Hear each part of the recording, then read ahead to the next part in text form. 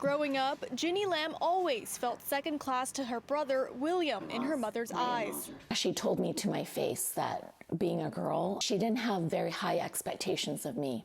She told me numerous times that he was the son, he was the boy, so he was superior.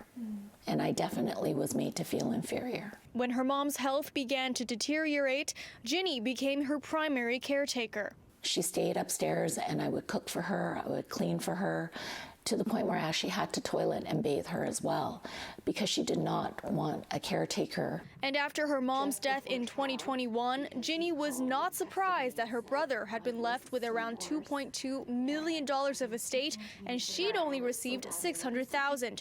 She was shocked, however, that William was unwilling to share. I was trying to say to him, you have the power to stop this. You know this isn't right. But he kept saying, this is what Mom wanted. I said, I think we need to talk about it. He goes, I'm not talking about it. I said, well, I think we should. And he said, well, lawyer up.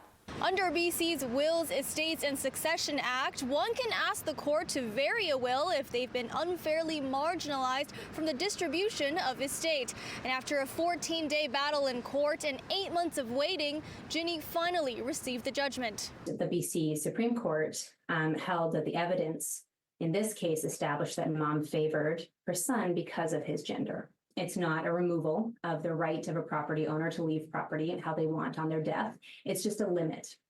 And that limit is informed by contemporary social norms. The judge ruled that the family's remaining rental property be split 85-15 in favor of Ginny.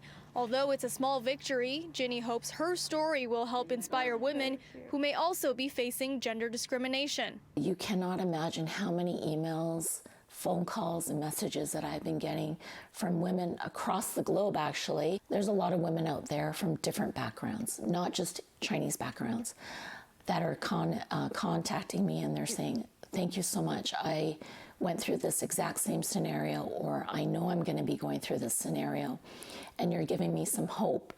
Ginny says William plans to appeal the court decision. City News has reached out to his lawyers for a statement, but did not hear back in time for broadcast. In Richmond, Cecilia Hua, City News.